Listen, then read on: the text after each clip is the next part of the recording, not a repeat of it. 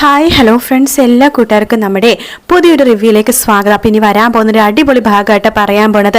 അപ്പോൾ അതിന് മുമ്പ് ഇന്നത്തെ എപ്പിസോഡെന്ന് പറയാം. അപ്പോൾ നമ്മുടെ ദേവിയാണെങ്കിൽ ആകെ കട പൂട്ടുന്ന സമയത്ത് ഇങ്ങനെ രാമേട്ടനോടും അതുപോലെ തന്നെ ബ്രഹ്മമാമനോട് പറയുന്നുണ്ട്. എന്നാലും ആകാശ് കാണിച്ചത് ഒട്ടും തന്നെ ശരിയായില്ല.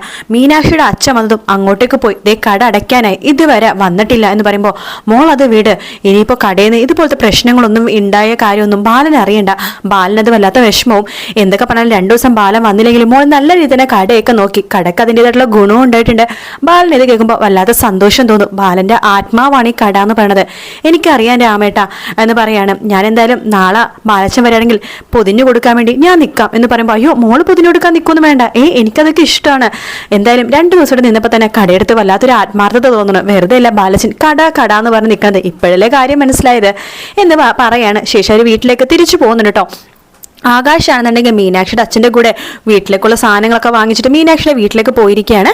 അപ്പോൾ മീനാക്ഷിയുടെ അമ്മ പറയണ്ട, ആഹാ നിങ്ങൾ എത്തിയോ, ഞാൻ ആകെ പേടിച്ചിരിക്കുകയായിരുന്നു, വിളിച്ചിട്ട് ഫോൺ എടുത്തില്ലല്ലോ, കടയിൽ പോയിട്ട് എന്തായി, പ്രശ്നമൊന്നും ഉണ്ടായില്ലല്ലോ അല്ലേ, എനിക്ക് പ്രശ്നങ്ങൾ ഉണ്ടാവുമെന്ന് പേടിയായിരുന്നു. ഒരു പ്രശ്നം ഉണ്ടായില്ല ശാന്തി, ഞങ്ങളവിടെ പോയപ്പോഴേ അവൾക്ക് കാര്യം മനസ്സിലായി. ഇനി അവൾ കത്തിക്കേറാൻ നിന്ന പ്രശ്നമാകുമെന്ന് അവൾ നയത്തിൽ അങ്ങോട്ട് തന്ത്രപരമായിട്ട് അവൾ ആ കാര്യം അങ്ങോട്ട് മൂവ് ചെയ്തു. എന്തായാലും മീനാക്ഷിക്കും ആകെ ടെൻഷനായിരുന്നു. എന്ന് ഞാൻ പോട്ടെ ആൻറ്റി എന്ന് ആകാശ് പറയുമ്പോൾ, എങ്ങനെ പോയി എങ്ങനെ ശരിയാവും, ഭക്ഷണം കഴിച്ചിട്ട് പോവാം, വീട്ടിൽ നിന്ന് കഴിക്കാം, അത് പറഞ്ഞാൽ പറ്റില്ല, ഇവിടെ നിന്ന് കഴിച്ചിട്ട് പോയാൽ മതി എന്ന് പറഞ്ഞിട്ട് ആകാശിനെ നിർബന്ധിക്കുകയാണ്. അങ്ങനെ ആകാശ് ഭക്ഷണമൊക്കെ കഴിച്ചിട്ടാണ് തിരിച്ച് വീട്ടിലേക്ക് പോകുന്നത് കേട്ടോ. അതേസമയം നമ്മുടെ ആര്യനാണെങ്കിൽ മിത്രക്ക് വലിയൊരു മിൽക്കി ബാർ വാങ്ങിച്ചു കൊടുക്കുന്നുണ്ട് കേട്ടോ. മിത്രക്ക് ഭയങ്കര സന്തോഷമാണ്. ഇത് എനിക്കാണോ ആര്യോ, പിന്നെ അല്ലാതെ തനിക്കില്ലാതെ വേറെ ആർക്കാ ഇത് എന്ന് പറയാണ്. അതിനുശേഷം ആര്യം പറയുന്നുണ്ട്, അതേ മിത്രേ, ഞാനേ ഇന്ന് അവന്റെ കൂട്ടുകാരനെ കണ്ടായിരുന്നു, ആ മിഥുന്റെ. എന്നിട്ട് അവനോട് കുറെ കാര്യങ്ങൾ ഞാൻ ചോദിച്ചു, പക്ഷെ അവനൊന്നും വിട്ടു പറഞ്ഞില്ല. ഇത് തന്നോട് പറയേണ്ടതാണ് ഞാൻ വിചാരിച്ചത്, പക്ഷെ നമ്മൾ തമ്മിൽ തീരുമാനം എടുത്തൊരു കാര്യമാണല്ലോ, ഇനി നമ്മൾ തമ്മിൽ ഒരു കാര്യം മറച്ചു വെക്കരുത്, എല്ലാം തുറന്ന് സംസാരിക്കണമെന്ന്. അതുകൊണ്ടാണ് തന്നോട് ഞാൻ ഈ കാര്യങ്ങളൊക്കെ തുറന്ന് പറഞ്ഞത്, ഞാൻ ടെൻഷനാവാൻ വേണ്ടി പറഞ്ഞതെന്നല്ല കേട്ടോ. എനിക്കറിയാം ആര്യ എന്ന് പറയാണ് മിത്ര. പിന്നെ ഒരു സംഭവം ഉണ്ടായിരുന്നു, അങ്കിള് എന്നോടും ചോദിച്ചു നമ്മുടെ മാരേജ് സർട്ടിഫിക്കറ്റിന്റെ കാര്യം, തന്നോടും ചോദിച്ചു. അങ്ങനെയൊക്കെ ചോദിച്ചു. എനിക്കെന്തോ വളരെ പേടി പോലെ തോന്നുന്നു. അങ്കിളിന് എന്തെങ്കിലും സംശയം ഉണ്ടായിട്ടാണോ? അങ്ങനെയൊന്നുമില്ല, അച്ഛൻ നല്ല ഉദ്ദേശിച്ച് ചിലപ്പോൾ ചോദിച്ചതായിരിക്കും, നമുക്കങ്ങനെ സമ്പാദ്യമൊന്നും കാര്യങ്ങളൊന്നും ഇല്ലല്ലോ, അപ്പൊ അതുകൊണ്ട് ചോദിച്ചായിരിക്കും. അങ്ങനെ ചോദിച്ചെങ്കിൽ കുഴപ്പമില്ല, പക്ഷെ അങ്കിളുടെ സ്വഭാവത്തിലൊക്കെ വരാത്ത മാറ്റം പോലെ ആര്യ. ഇന്നേ അമ്മായിനെ വിളിച്ചിട്ട് ഭയങ്കര സന്തോഷത്തിൽ സംസാരിച്ചു, അമ്മായിയുടെ പാട്ടൊക്കെ പാടാൻ പറഞ്ഞെന്ന്. അത് കൊള്ളാലോ, എന്നിട്ട് അങ്കിളും പാട്ട് പാടി കൊടുത്തെന്നാ പറഞ്ഞത്. അമ്മായിക്ക് വല്ലാത്ത അത്ഭുതം പോലെ തോന്നിപ്പോയി, അങ്കിൾ ഇത്ര പെട്ടെന്ന് ഇങ്ങനെ മാറ്റം സംഭവിച്ചു എന്ന്. അതെയോ, അതേന്നേ മോളെ മിത്രേ എന്ന് പറഞ്ഞിട്ട് അപ്പൊ തന്നെ ബാലൻ വിളിക്കാട്ടോ. അതെ അങ്കിൾ വിളിക്കുന്നുണ്ട്, ഞാൻ പോയിട്ട് വരാവേ എന്ന് പറഞ്ഞിട്ട് മിത്ര അപ്പുറത്തേക്ക് പോവാണ്. അപ്പൊ ആരും ഇങ്ങനെ വിചാരിക്കുകയാണ് കേട്ടോ, എന്നാലും അച്ഛൻ ഇങ്ങനെയൊക്കെ സംശയം വരാൻ എന്തായിരിക്കും കാര്യം എന്നൊക്കെ ആലോചിച്ചിരിക്കുകയാണ്. അപ്പൊ മിത്രയുടെ ബാലൻ പറയണ്ടല്ല മോളെ, ഞാൻ പറഞ്ഞ കാര്യം നീ ആര്യനോട് സൂചിപ്പിച്ചോ? എന്താ അങ്കിളെ? കൊള്ളാം, അത് നീ മറന്നോ? സർട്ടിഫിക്കറ്റിന്റെ കാര്യം, വിവാഹ സർട്ടിഫിക്കറ്റിന്റെ കാര്യം, അത് ഞാൻ സൂചിപ്പിച്ച്. നീ പറഞ്ഞിട്ടില്ല അതല്ലേ? ഞാൻ വേണമെങ്കിൽ പറയാം. വേണ്ടെങ്കിലേ ഞാൻ പറഞ്ഞോളാം എന്ന് പറയണം. അപ്പോഴേക്കും അത് കേട്ടിട്ട് നമ്മുടെ ഗോമതിയും അതുപോലെ തന്നെ മീനാക്ഷിയും കൂടി വരുന്നുണ്ട് കേട്ടോ. അപ്പൊ മീനാക്ഷി അടുത്ത് പറയുന്നുണ്ട് ബാലൻ, മോളെ മീനാക്ഷി, മിത്രയുടെ മുഖം ഒന്ന് നോക്കിയേ, ഇവൾക്ക് വല്ലാത്തൊരു വിഷമവും ക്ഷീണവും പോലൊക്കെ തോന്നണില്ലേ? ഇല്ല അച്ഛാ, അച്ഛനത് തോന്നണതാ. ഇല്ല മോളെ, നല്ല ക്ഷീണുണ്ട്. അല്ല മോൾ ഒരുപാട് നേരം ഇരുന്ന് പഠിക്കാറുണ്ടോ എന്ന് ബാലൻ ചോദിക്കുമ്പോൾ മിത്ര പറയുന്നുണ്ട്, എക്സാമൊക്കെ ഇല്ലെങ്കിലേ കുറച്ചധികം നേരം പഠിക്കാറുണ്ട്. അതെന്നാ കുഴപ്പം, മോൾ ഒരുപാട് നേരം ഇരുന്ന് പഠിക്കണ്ട, മോൾക്ക് നല്ല ക്ഷീണം തന്നെയുണ്ട്. ഗോമതി മോളുടെ കാര്യം പ്രത്യേകം ശ്രദ്ധിക്കണം കേട്ടോ, ഞാൻ നോക്കുന്നുണ്ട് ബാലേട്ട എന്ന് പറയാണ്. അതെ മീനാക്ഷിക്കും ഉണ്ട് എന്തൊരു പരവേശവും വെപ്രാളവും ഒക്കെ. ഇപ്പോഴത്തെ പിള്ളേരൊക്കെ നിങ്ങൾ കണ്ടിട്ടില്ലേ, ഇപ്പോൾ സ്കൂളിലും കോളേജിലൊക്കെ എന്തൊരു ഡാൻസ് ഉണ്ടല്ലോ, ആ ഡാൻസ് കളിച്ച് നല്ല ഉന്മേഷം കിട്ടുന്ന പറഞ്ഞ. എന്താ ഡാൻസിന്റെ പേര് മീനാക്ഷി? നിനക്കറിയാമോ? ഒരു ഡാൻസ് ഉണ്ട് ഇപ്പൊ, നല്ല ഉന്മേഷം കിട്ടാനും സന്തോഷം കിട്ടാനൊക്കെ കളിക്കുന്ന ഒരു ഡാൻസ്. സൂംബ ഡാൻസ് ആണ് അച്ഛാ. സൂംബ അതന്നെ. നിങ്ങൾക്കെന്നാ ആ ഡാൻസ് കളിച്ചൂടെ? മീനാക്ഷി മിത്രേ, കമോൺ ആ ഡാൻസ് ഒന്ന് കളിക്കൂ. അങ്കിളിന് ഇത് എന്ത് പറ്റി എന്ന് മിത്ര ചോദിക്കുമ്പോ, ഞാൻ കാര്യത്തിലാ പറഞ്ഞത്, നിങ്ങൾ ആകെ വാടി തളർന്നിരിക്കുക, നിങ്ങളൊന്ന് സന്തോഷിപ്പിക്കാം, ഒന്ന് എനർജി തരാന്ന് പറഞ്ഞിട്ട് ഞാൻ പറഞ്ഞതാ. മോളെ മീനാക്ഷി, നിനക്ക് ആ ഡാൻസ് അറിയില്ലേ? അയ്യോ എനിക്കറിയില്ല അച്ഛാ. അതെങ്ങനെ ശരിയാവും? രണ്ടുപേരും ഡാൻസ് കളിക്കേ, സൂംബ ഡാൻസ് കളിക്കേ. അങ്കിൾ എന്തൊക്കെയാ പറഞ്ഞത്, ഞങ്ങൾ പിന്നെ കളിച്ചോളാം എന്ന് മിത്ര പറയാണ്. മീനാക്ഷി മിത്രം പരസ്പരം മുഖത്ത് നോക്കാണ്, ഈ അങ്കിളിന് ഇത് എന്ത് പറ്റി എന്ന രീതിയിൽ.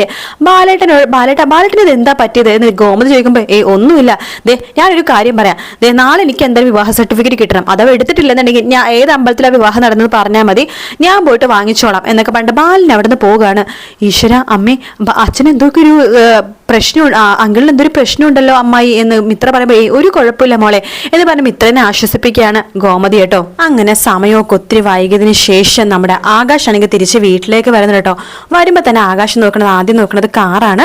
കാറിന്റെ മുകളിൽ ഒരു ചെറിയൊരു ഇലക്കഷ്ണം ഇല വീണ് കിടക്കുന്നുണ്ട്. ആകാശ് അപ്പൊ തന്നെ ആ ഇല ഇങ്ങോട്ട് തട്ടി മാറ്റുകയാണ്. അപ്പൊ തന്നെ ധർമ്മൻ അത് കണ്ടുവന്ന് പറയുന്നുണ്ട്, ഓ വന്നപ്പോ തന്നെ നീ കാറാണോ നോക്കണത്, പിന്നെ കാറ് നോക്കണ്ടേ, അല്ല നീ ഇന്നെന്താ കടയിൽ വരാതിരുന്നത് ചോദിക്കുമ്പോഴേക്കും അതെനിക്ക് കുറച്ച് തിരക്കുണ്ടായിരുന്നു എന്ന് പറയാണ്.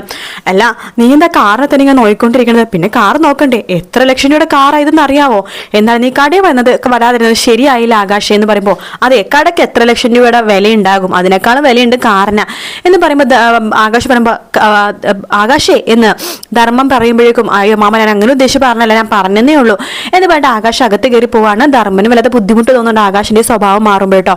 അങ്ങനെ ആകാശ് തിരിച്ച് റൂമിലേക്ക് വരുന്നുണ്ട്. റൂമിലേക്ക് വരുമ്പോഴേക്കും മീനാക്ഷി അവിടെ ഉണ്ട് കേട്ടോ. അപ്പം ദേവി വന്നിട്ട് പറയുന്നുണ്ട്, ആകാശേ നോക്ക് നീ ഇന്ന് കാണിച്ച ഒട്ടും ശരിയില്ല കേട്ടോ, മീനാക്ഷിയുടെ അച്ഛൻ കടയിൽ വന്നപ്പോഴേക്കും നീ അങ്ങയുടെ കൂടെ പോയിട്ട് പിന്നെ തിരിച്ചു വന്നില്ലല്ലോ. മീനാക്ഷിയുടെ അച്ഛൻ വന്നത് എനിക്ക് സന്തോഷമേ ഉള്ളൂ, കാരണം അദ്ദേഹം നമ്മുടെ കുടുംബത്തിലൊരു മെമ്പർ ആണല്ലോ.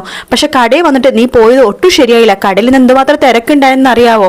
അതെ എനിക്ക് തോന്നുന്ന സമയത്ത് ഞാൻ വരും പോകും, അത് എന്റെയും കൂടി കടയാണ്, എന്റെയും ആര്യന്റെയും അതുപോലെ തന്നെ ആനന്ദേട്ടന്റെയും ഞങ്ങളുടെ വീട്ടിലുള്ളവരുടെ കടയാണ്, അത് പുറത്തെ ആൾക്കാരുടെ കടയല്ല എന്ന് പറയുമ്പോഴേക്കും അത് കേട്ടിട്ട് നമ്മുടെ മിത്രയും ആര്യനും വരുന്നുണ്ട്. എന്താ ഏട്ടാ എന്തിയുടെ ബഹളം, ഇതേ പുറത്ത് വരെ ശബ്ദം കേൾക്കാലോ, അച്ഛൻ ഇതൊന്നും കേൾക്കണ്ട കേട്ടോ.